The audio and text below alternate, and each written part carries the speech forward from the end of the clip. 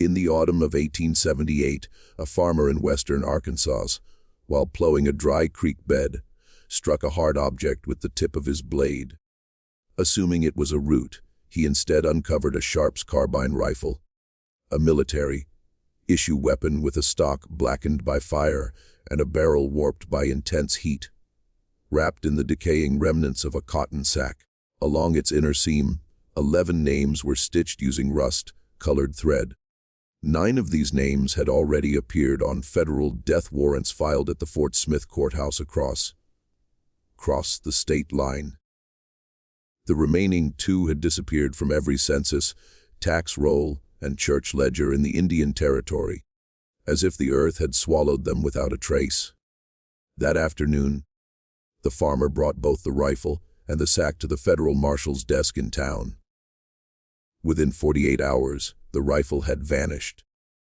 The farmer's written statement disappeared, and the name at the very bottom of the cotton sack, underlined 3 times in the same rust-colored thread, was erased along with them. For almost a century, no serious historian would acknowledge that the name belonged to a woman. When the truth finally surfaced in 1962, hidden in the private letters of a court clerk and opened by a descendant, it contained a detail so disturbing that the Arkansas Historical Society, after 2 closed-door meetings and a formal vote, chose not to publish it. The file remains sealed to this day.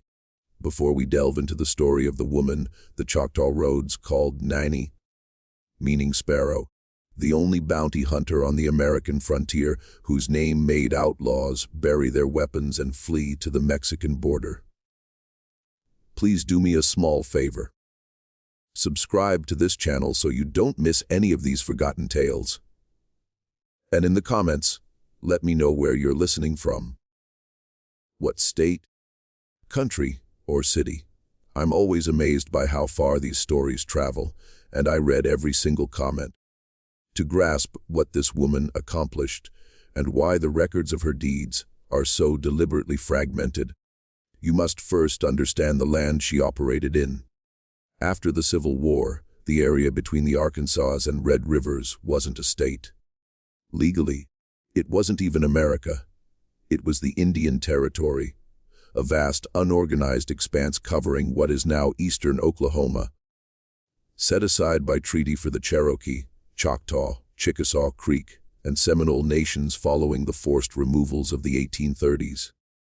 Because it wasn't a state, state laws didn't apply. Tribal courts only had jurisdiction over their own citizens, meaning anyone who wasn't a tribal member or a federal soldier could commit murder in broad daylight on a creek road and walk away without any sheriff intervening. Every outlaw, deserter, horse thief, counterfeiter, bigamist, arsonist, and fugitive killer east of the Rockies knew this. They'd known it since the war ended, by 1870. The territory had become the largest sanctuary for fugitives in North America, a region of roughly 70,000 square miles with a white criminal population, estimated by the Federal Marshal's Office at over 20,000 men. The only law that pursued these men was the U.S. Marshal Service, riding out of the federal court at Fort Smith, Arkansas, under Judge Isaac Parker. Over his 21-year career, Parker signed execution warrants for 79 men and presided over more than 13,000 cases.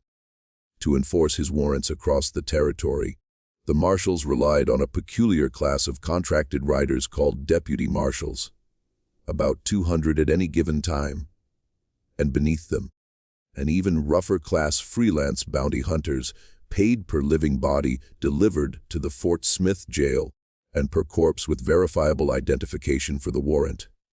The pay was $2 per arrest plus 10 cents per mile, plus a share of any reward attached to the fugitive's warrant. Most bounty hunters in the territory were Confederate cavalrymen down on their luck, Chickasaw freedmen familiar with the backcountry, Cherokee veterans of the Union Indian Home Guard, still young enough to ride hard, or former outlaws who'd struck deals with Parker's court to hunt their old partners for money. The average bounty hunter lasted about 4 seasons before being killed or crippled. Almost none survived a full decade, and nearly all of them were men. The woman the Choctaw Roads called Nani fit none of these categories. Born into slavery in the Mississippi bottomlands around 1840, she escaped in the autumn of 1864 while Sherman's army marched through Georgia 600 miles east. She crossed the Mississippi River on a stolen flatboat that winter of her freedom, and by the spring of 1869, she was living alone in a one-room cabin on the border between the Choctaw Nation and Arkansas.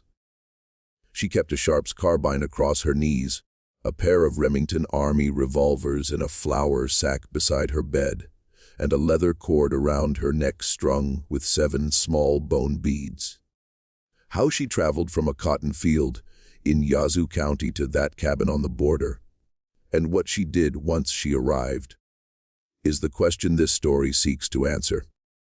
It's not a pleasant question, and the answer, as far as the surviving records allow us to reconstruct, is far from pleasant.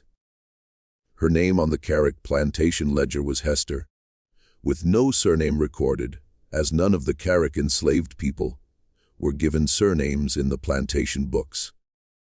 The plantation lay along a stretch of Yazoo River bottomland, about a day's ride northwest of Vicksburg, owned by a family named Carrick. Patriarch Thomas Carrick, by the 1860 census, held 163 people in bondage.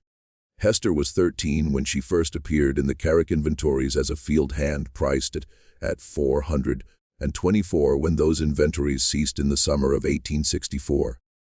They stopped because Thomas Carrick had fled south to Alabama with his 2 unmarried daughters, a wagon of silver, and the plantation Bible, leaving behind an overseer named Abner Gossett in full command of the property and the 156 enslaved people still on it. Abner Gossett was the kind of man whose reputation doesn't survive in the polite histories written by his grandchildren, but does survive vividly and in terrible detail in the WPA slave narratives collected in the 1930s. 3 former Carrick people, interviewed independently in 3 different states over 2 years, described Gossett in nearly identical terms: a small man, no more than 5'6", tall, with thinning pale red hair, pale red eyelashes, sun-sensitive skin, and a habit of smiling, a quiet, almost patient smile, when he gave orders that caused suffering. He kept a pack of 6 dogs, trained from puppies to catch runaways, teaching the lead dog to hold a grown man at the throat without closing its jaws. He carried a leather-handled braided whip he called the preacher, without any apparent sense of blasphemy, and used it, as one interviewed woman put it, with a terrible patient steadiness, as if he were reading a sermon out loud, 1 verse at a time. He also kept his own ledger, separate from the plantation books, recording the punishments he'd administered and the names of those he'd corrected. Hester's name appeared in that ledger more than any other. We know this not from the ledger itself, burned sometime in 1865, but from the testimony of Roe Green, Hester's half-sister by their shared mother. In the spring of 1937, at age 91, Roe sat on her granddaughter's back porch in Memphis, Tennessee, and spoke for 4 hours into the microphone of WPA interviewer Lemuel Cross. The typed transcript, now in the Library of Congress, runs 47 pages, 41 about Abner Gossett, and the other 6 about what Hester did the night she left. It was the 2nd week of September 1864. The cotton was in, the war was 16 months from its end, though no one on the Yazoo River knew it yet. That afternoon, Gossett had ordered 3 men publicly flogged in the yard for stealing corn from the crib. By nightfall, they were locked inside the crib itself, a stone-walled, windowless building with a single heavy door, no water, and no treatment for their wounds. One of them was Hester's younger brother, a young man of about 19, recorded only as Cass in the plantation ledger. According to Roe Green, the moon was near full that night, but heavy cloud cover moved in from the southwest. Hester waited without speaking, without eating her supper, without lying down, until the cloud bank crossed the moon's face shortly before 2 a.m. Then she stood up. She removed her shoes. They made sound on the boards, and walked barefoot across the plantation yard, through the kitchen garden, to the side door of the main house. Abner Gossett slept alone in a ground-floor bedroom, his wife having left him 3 years earlier to return to her mother's people in Tennessee. She didn't speak. She didn't scream. She didn't, according to Roa Green, even breathe heavily. What she did to Abner Gossett in the next several minutes, and with what instrument, Cross declined to transcribe fully. The transcript contains only a notation in his handwriting. Subject became distressed. Conversation paused 14 minutes. Then a resumed sentence in Roa Green's voice. She left him where he could be found, but not where he could be helped.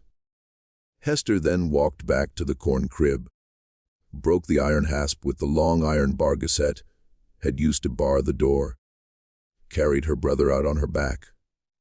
He could no longer walk or stand, and laid him gently under a pecan tree on the yard's edge, where a woman named Delia waited with a stoneware jug of water and a poultice of chewed tobacco leaves and bark for his wounds. Hester didn't stay. She didn't even kiss her brother goodbye.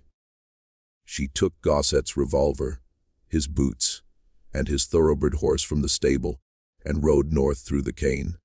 By dawn, she was in the Yazoo swamp. By the following night, she'd reached the Union Army picket line outside Vicksburg, where a young corporal in the 47th Illinois Volunteer Infantry later wrote to his wife that a colored woman on a fine thoroughbred had walked out of the cane at dusk, a pistol in her belt with the calmest face he'd ever seen. The woman, he wrote, said her name was Hester. She was 24. She wasn't going back, and she wouldn't say goodbye to her brother, because she feared she couldn't leave if she did. The corporal's letter, preserved in the Illinois State Historical Library in Springfield, is the first document where Hester appears as a free woman. It's also the last where she appears under that name. From the Vicksburg picket line, she moved north with Union supply trains, working her passage for food and shelter. By the winter of 1865, she reached Cairo, Illinois, at the confluence of the Ohio and Mississippi rivers. There, she found work as a laundress in a boarding house for Union officers, and, according to 2 references in the quartermaster records of the 13th Army Corps, held at the National Archives, she also served unpaid as a tracker and scout for a Union cavalry detachment under Captain Winthrop Hayes. Captain Hayes, a Dartmouth graduate, kept a daily diary from the war's outbreak until his death in 1888. Recovered in 1951 from his family estate and donated to the University of Vermont, the diaries contain only 3 entries mentioning Hester. The first, dated February 11, 1865, notes that the colored woman H. brought in 2 deserters from the 27th Missouri before sundown, without assistance or firing her weapon, asking only for Army issue boots in her size, which he provided. The second, dated March 3, 1865, reads a single sentence. She can read sign the way a Methodist reads scripture. The third and final entry, dated April 19, 1865, 5 days after Lincoln's assassination and 10 days after Lee's surrender, is longer. Hayes writes that H came to him at dawn, already dressed for the road with her horse saddled, and asked to be formally released from her informal service. He asked where she intended to go. She told him, in words he quotes directly, that she was going to find Gossett, the man she'd left at Carrick the previous September, who she'd just learned hadn't died. A Confederate field doctor had found him on the road out of Vicksburg, nursed him back from death over the winter of 1864-65, and he'd since joined a guerrilla band operating in the borderlands between southern Arkansas, and the Indian Territory under a false name. Hayes wrote that he tried for an hour to talk her out of it, reminding her the war was ending, the country exhausted, and a colored woman riding alone into that country would have no law to protect her, no friend to bury her, no witness to speak her name. She didn't argue or raise her voice. She listened until he finished, thanked him for the boots and the use of his horse, and walked out of his tent into the cold gray light. He never saw her again. That brings us, by a long route, to the Indian Territory and the 5 years of her life between the spring of 1869 and the autumn of 1874, about which we know both the most and the least, and by a considerable margin, the most disturbing things. Between those dates, a woman matching her description appeared and reappeared in the Fort Smith federal court records, always at a distance, never directly. She never testified in open court, never signed her name, never accepted payment in person from any federal officer. She collected her bounties entirely through an intermediary, a Choctaw freedman named Isham Folsom, who'd fought in the Union Indian Home Guard during the war and by the late 1860s had settled on a small farm at Scullyville, earning a quiet supplementary income as her banker and go-between with the marshals.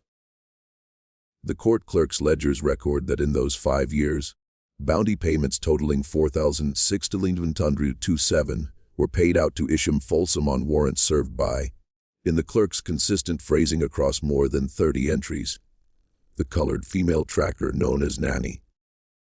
That was an enormous sum for the period, roughly the lifetime earnings of a skilled tradesman, representing the capture or killing of at least 31 federal fugitives.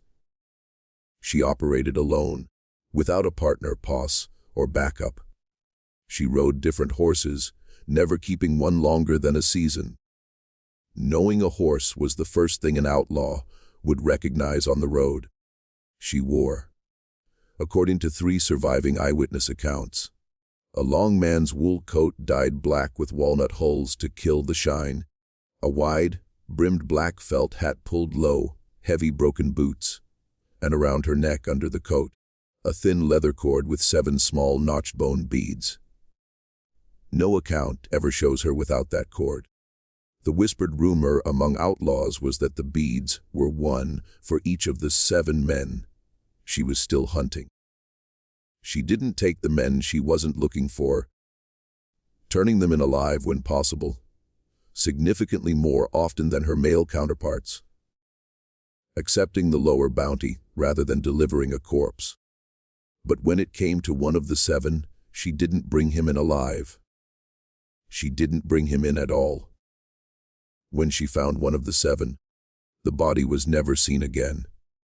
The horse would walk into a settlement days later, the cabin undisturbed, the trail in the dirt simply stopping, and a single filed bone bead left somewhere at the scene, smooth and pale against the dark ground.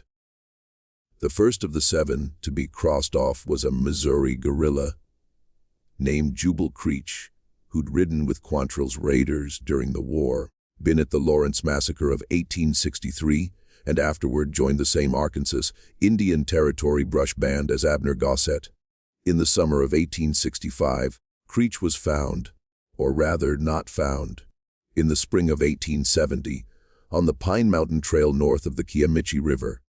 His horse walked into a Choctaw settlement 3 days later, saddlebags still tied, rifle still in the scabbard, a full canteen at the pommel, and a single-filed bone bead wedged carefully into the saddle stitching, where it would be found by anyone unsaddling the animal.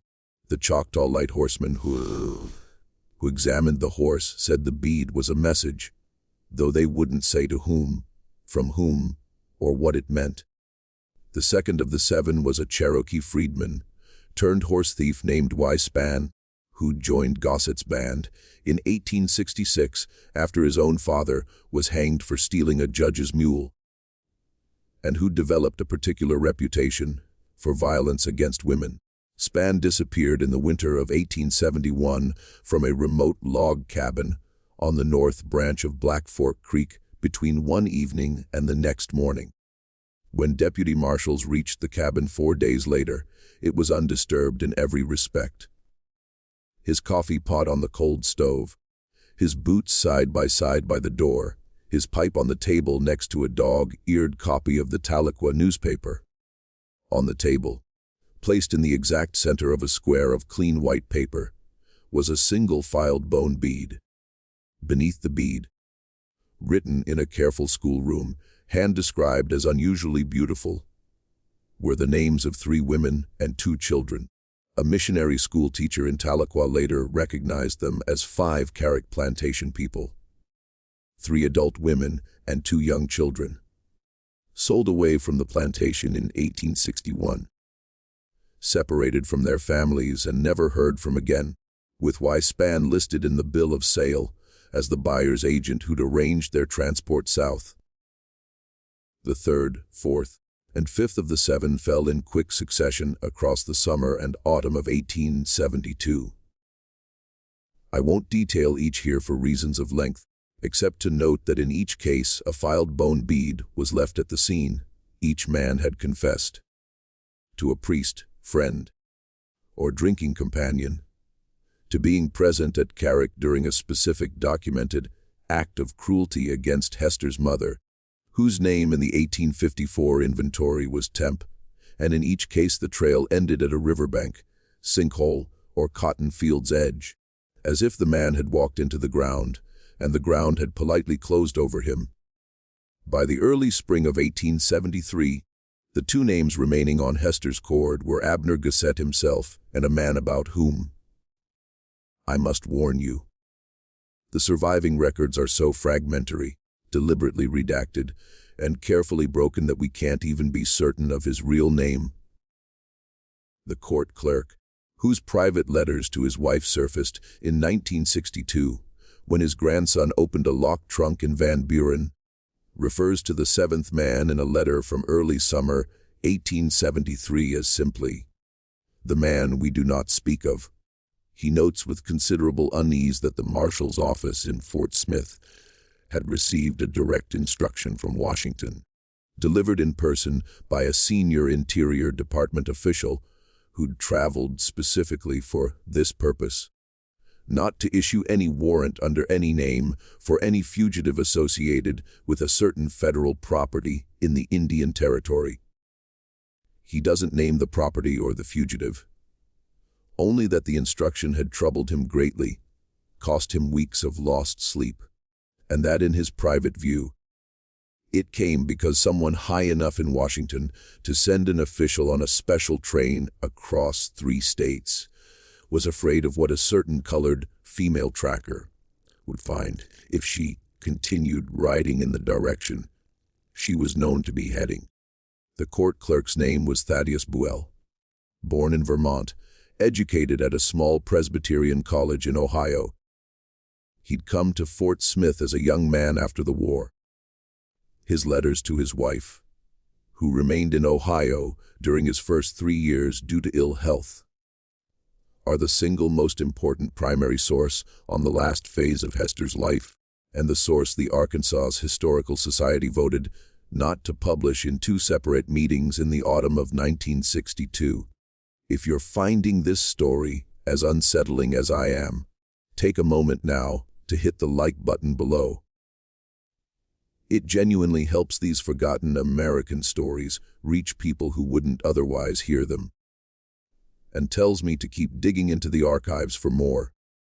If you already have a theory about who the 7th man was, or what the Washington instruction protected, drop it in the comments. I read every single one. Now let me tell you what happened next, because this is where the story stops being a hunt and becomes something considerably darker, and where the records themselves begin to behave strangely, going missing, coming back, being replaced with other records that don't say the same thing. In the high summer of 1873, Hester went silent for 4 months. No payments to Isham Folsom appear in the Fort Smith ledger from the first week of June through the last week of September. No sightings on the Choctaw roads. No reports of her passage at any Arkansas River ferry where her movements had previously been tracked with some consistency by the ferryman who knew her coat and hat. No whispered rumors at trading posts in Millerton, Atoka, or Eufaula. She simply vanished for 4 consecutive months in the middle of her most active year. The silence ended on October 14, 1873, when a Creek Nation light horseman named Pleasant Porter, then 23, later principal chief of the Creek Nation in 1899, rode into Fort Smith with a sealed dispatch for the federal marshal.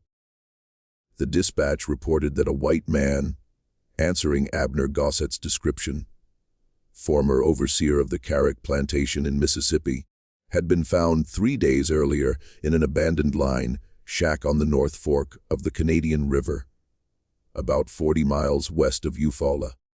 He'd been found alive, bound to a wooden chair with leather straps cut from a saddle, with a square of paper pinned to his shirt by a sewing needle, on which was written in the same careful schoolroom hand only 3 words. Porter's dispatch, preserved in the Fort Smith Federal Archives, quotes them exactly. Not him alone. Beneath the 3 words was drawn a small, neat sketch of a bone bid, and the bead in the sketch had not been filed smooth. Abner Gossett was brought to Fort Smith under heavy guard, tried before Judge Isaac Parker in mid-November 1873 on 6 counts of murder committed during and after the war, convicted on 4, and sentenced to hang. He was hanged on February 7, 1874 at 11 a.m. on the great gallows in the federal jail courtyard before a crowd estimated by the Fort Smith newspaper at roughly 800 people.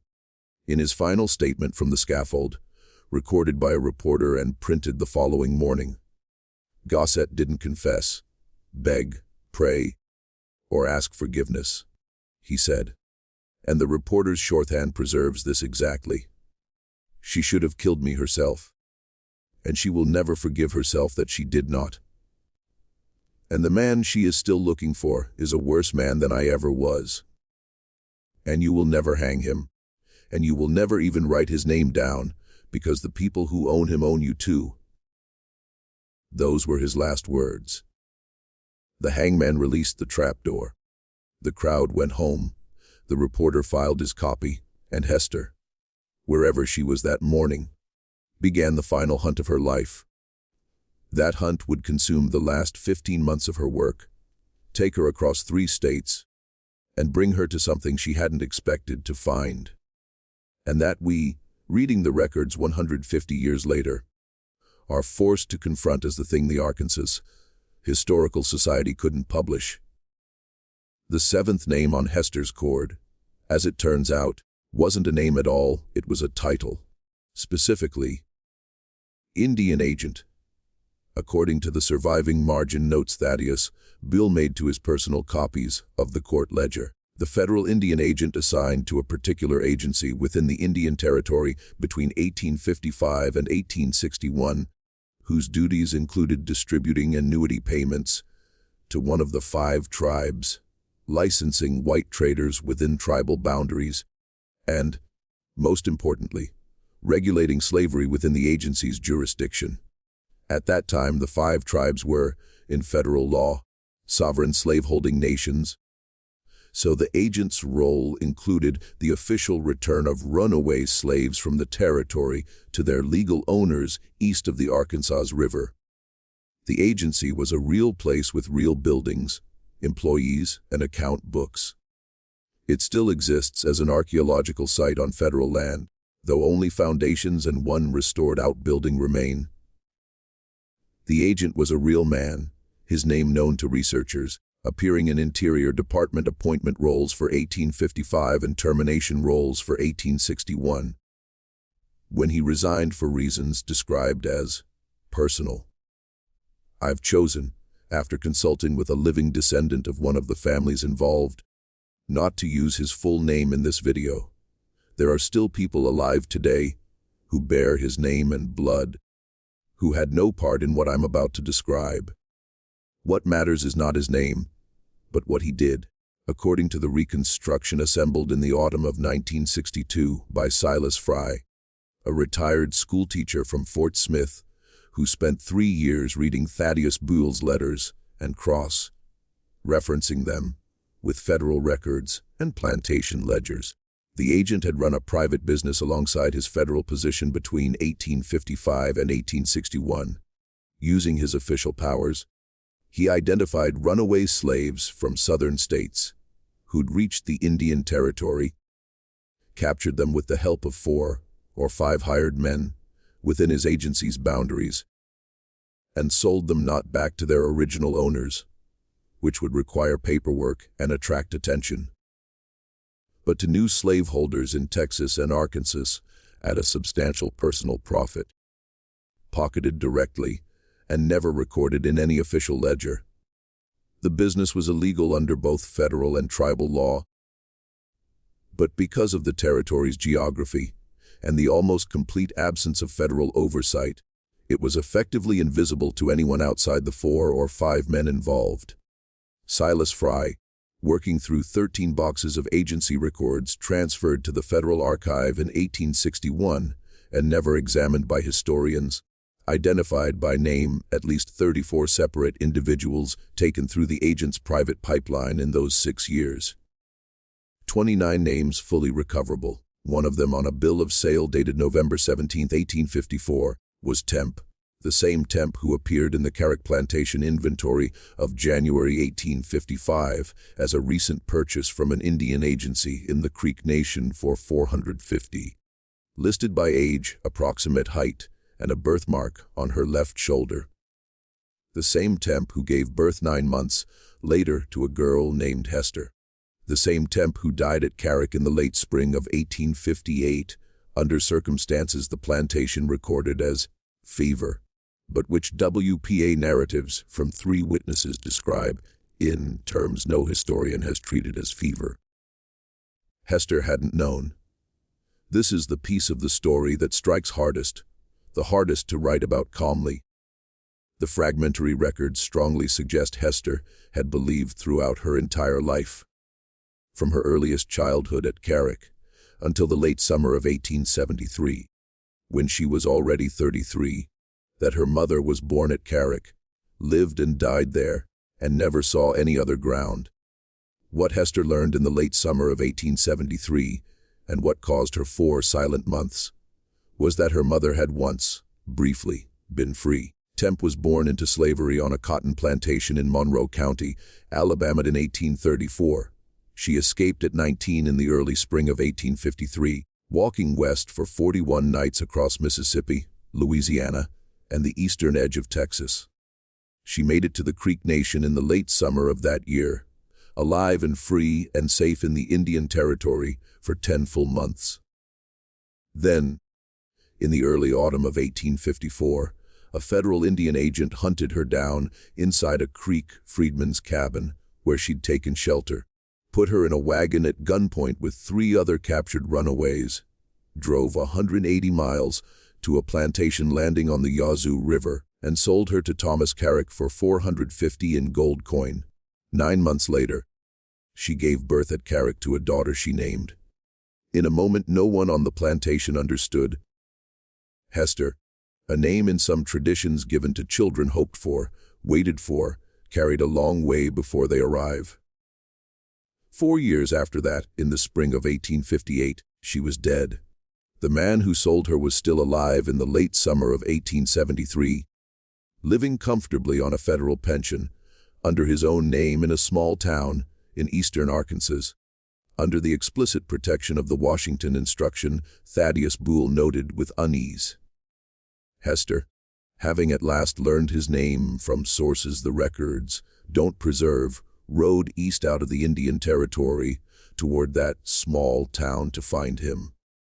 She found him in December. We know this because Dr. Josiah Alden, a physician in Fort Smith, recorded in his professional casebook, surviving in the University of Arkansas Library's special collections, that on December 17, he was summoned at 2 p.m. to a boarding house on the Van Buren Road about 6 miles from town to attend a white man suffering from a gunshot wound to the lower abdomen, inflicted at very close range with a large caliber weapon, consistent with a Remington Army revolver fired from less than 6 feet. The doctor also noted a second wound on the same patient, declining to describe it in detail, writing only that it was a ritual mutilation of a character so distressing and deliberate that I will not commit it to writing in any casebook that might be read by another physician or family member at a later date. The man died on December 19 at approximately 4 a.m.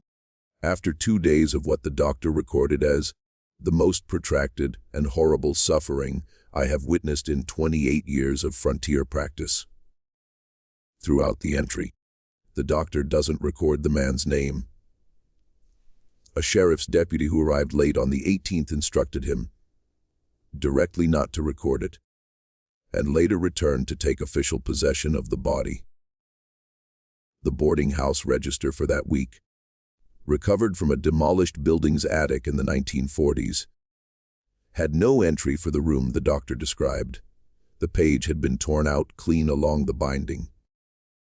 What the doctor did record, in a margin note written in different ink and a slight change of handwriting, seemingly weeks later, was that on a small pine table beside the dying man's bed on the second morning, while the man was barely conscious, he saw a single small filed bone bead, smooth as river, washed ivory, beside a small square of clean white paper with the single word, Tempe, written in a careful schoolroom hand. Dr. Josiah Alden knew, without being told, in a way he couldn't explain, that he was looking at the end of something that had started long before, traveled a great distance, and on this cold December morning in a rented room in eastern Arkansas, had at last come home. Hester was never arrested. No warrant was sworn for the man on the Van Buren Road, because officially, he didn't exist. He hadn't been there, hadn't been in the Indian Territory or Arkansas in any capacity since 1861. The Washington instruction had done its work. His pension continued to be paid to a post office box in another town for another 16 years. But Hester didn't go back to the Indian Territory, didn't return to Isham Folsom, didn't collect another bounty. She never fired a weapon at any person for the remainder of her life, as far as any surviving record indicates. What she did do, according to the last document mentioning her, was buy a piece of land, 80 acres of cut, over timber in a shallow valley in western Arkansas, about 30 miles northwest of Fort Smith, 12 miles from the nearest town, the deed recorded on March 11, 1875, under the name Hester Alden, apparently borrowing the surname with permission from Dr. Alden, who from a surviving letter seems to have become her unlikely friend in the last weeks of 1874 and early 1875. She paid $160 cash, built a 2-room frame house with a stone chimney and a good well, planted an orchard of Arkansas's black apple trees, kept 9 hives of bees by 1878, and sold honey in jars at the Saturday market. The 1880 federal census records her as a widow, black, about 40, occupation farmer, living alone, unable to read or write, which wasn't true, but what she told the census taker. After 1880, the trail goes cold. No death record, no grave marker, no will in the county. The 80 acres, the house, and the orchard passed before 1900 to a small black Methodist church, which held the land as a burial ground for black Civil War veterans and their families, still standing today, with the original orchard still bearing fruit each autumn. Whether Hester was buried in the orchard, under some other name or no name, or simply walked into the woods one morning and kept walking, we don't know. We may never know. The cotton sack rifle the farmer plowed up in 1878 has been conclusively identified by 3 independent firearms historians as the specific weapon issued from Union Cavalry Quartermaster stock at Cairo. Illinois, in the winter of 1865, to a scout attached to Captain Winthrop Hayes's detachment. The serial number matches the quartermaster's ledger. The 11 names stitched into the inner seam have been matched to fugitives from the Indian Territory between 1869 and 1874. In 9 cases, to men known killed or captured by Nani in the 10th, to the man on the Van Buren Road. In the 11th, to no fugitive, soldier, agent, or person of any description. The stitching around the 11th name is noticeably different, tighter, more recent, a slightly different shade of thread. Some researchers argue the 11th name was added after March 1875, perhaps years after, representing a person Hester was still hunting at the end, a person she never found, whose identity died with her in the Arkansas Hill Country. Others argue the 11th name is one Hester gave herself, the woman she'd become by the end, forced to do what the law and government refused to do. On this reading, she added her own name last, not because she intended to kill herself, but because she understood she'd been hunting one more person the entire time, and that person was herself. Which reading is correct? We don't know. We'll never know. The rifle itself, after its removal from the farmer's hands, passed through federal offices over 13 years, was cataloged at the National Archives in 1891, stored in a locked evidence room, marked for disposal in the spring of 1924. And what happened to it after that, no one can say. It doesn't appear in any subsequent federal inventory. Just when we thought we'd reached the end, the horror deepens in one final unexpected direction. And the direction isn't the one you're expecting. If this story has stayed with you, take a moment now to share it with a friend who loves forgotten American history.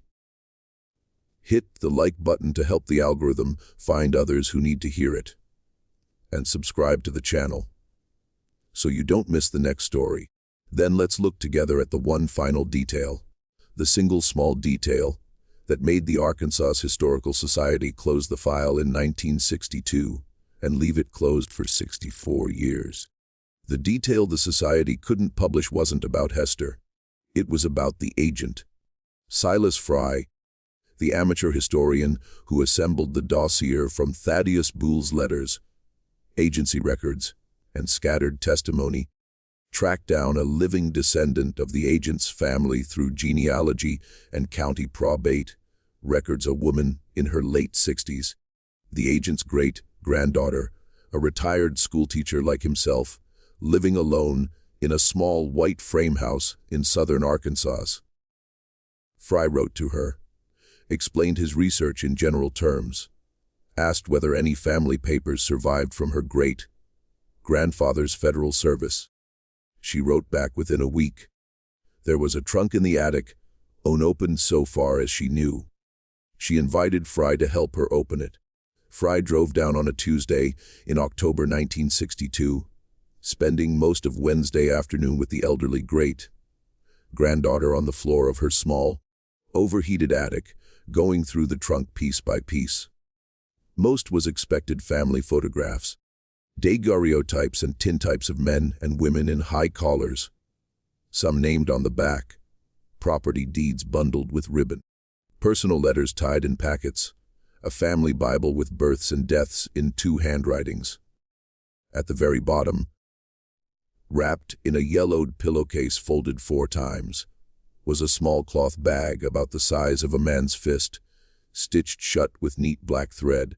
The elderly woman said her mother, who died in 1941, had once told her as a girl of 9 never to open that bag. Without explaining why, Fry asked permission to open it. She hesitated. She asked if it mattered. He said he thought it did. She gave permission. Fry cut the stitches carefully with small sewing scissors. Inside the bag, separated by small squares of yellowed tissue paper so they wouldn't tangle, were 14 locks of human hair, each tied with a different colored silk ribbon, red, blue, green, black, and others. Pinned to its tissue with a small brass pin, each square labeled in the agent's own handwriting with a first name and a date. The earliest date was April 9, 1855, the latest August 22, 1861. 14 names, 14 dates, 14 locks of hair. He'd kept them for 32 years, from the end of his federal service until his death in 1893. Hidden from his wife, children, everyone. The 13th name on the list, tied with a black ribbon, written on tissue paper dated November 17, 1854, 2 months before Tempest sailed to Thomas Carrick on the Yazoo River, was Temp. The elderly great-granddaughter hadn't known. She hadn't known her great-grandfather trafficked human beings, hadn't known what the small cloth bag contained, hadn't known the names or dates, hadn't known the federal pension she heard mentioned with pride at Sunday dinners was the pension of a man who sold children for gold. She sat on the attic floor for several minutes without speaking. Then she asked Silas Fry if she could be alone for a few hours. He went downstairs and sat on her front porch in the October sun. When he came back up 3 hours later, the small cloth bag was empty. The 14 locks of hair, tissue paper, and ribbons were gone. She had, she said, given them back, taken them in a clean cotton handkerchief, folded 4 times to a cemetery. She happened to know of a small, black Methodist cemetery in a shallow valley in western Arkansas with old apple trees along its eastern edge. From a county history pamphlet. She'd gone alone late in the morning with a garden trowel in her purse. Asked the groundskeeper for permission to bury something small without telling him what. And in the corner nearest the apple trees, buried the 14 locks under 14 small flat stones she'd gathered from the creek bed on her way in. She had asked to be forgiven, she said, in the name of a great-grandfather she'd never met, and a woman whose name she'd learned that same afternoon. Silas Fry wrote all this down that night in his longhand research notes. It's in the papers he left behind when he died in 1978. The papers the Arkansas Historical Society voted twice not to publish. The minutes of the second meeting record that the society didn't feel it was their place to decide whether Hester had forgiven the agent or not. They didn't feel they had the moral authority to assert the matter closed, open, or concluded at all. Beyond the one, a private woman, in a private moment, in a cemetery she barely knew, had attempted to grant on behalf of another woman she'd never met. So they closed the file, and the file remains closed. That's where the story sits today. In a locked cabinet in Little Rock, in a sealed dossier of an amateur historian who died in a nursing home in 1978, in the margin notes of a court clerk who wrote to his wife about a woman he'd never met, but whose passage through his ledgers changed his moral universe. The records don't tell us, probably never will, whether Hester herself ever knew about the locks of hair, whether she knew at the end in the frame house in the Valley of Apple Trees that her mother had been kept by her killer as a ribboned relic for 20 years after her death, whether on some cold night in 1890, 1891, or 1892. She sat on the porch and understood at last that the thing she'd been hunting for 25 years wasn't men, not a list of names stitched in rust-colored thread, but a single unbearable fact about the country she was born into and the century she was made to live through, and that her hunt ended not because the names were crossed off, but because the hunter finally understood what she'd been hunting. We don't know. We can't know. We can only guess. And when we allow ourselves to guess, it carries the weight of every person whose name never made it into a ledger, whose hair was never kept, whose child never learned her mother was free once, for 10 short months, in a Creek freedman's cabin in the autumn of 1853. This story shows us something our official histories don't like to tell plainly, that when justice is denied by law and government, it's sometimes taken up in secret by the very people abandoned. And when taken up that way, it can't be called justice in any clean sense. But it can't be called anything else either. It shows the line between hunter and hunted isn't always moral, and only those who've crossed it once before in the other direction can cross it clearly. It shows a woman written down as 400 of property in 1860 could make the most feared white outlaws on the American frontier bury their weapons and flee to the Mexican border at the sound of her name.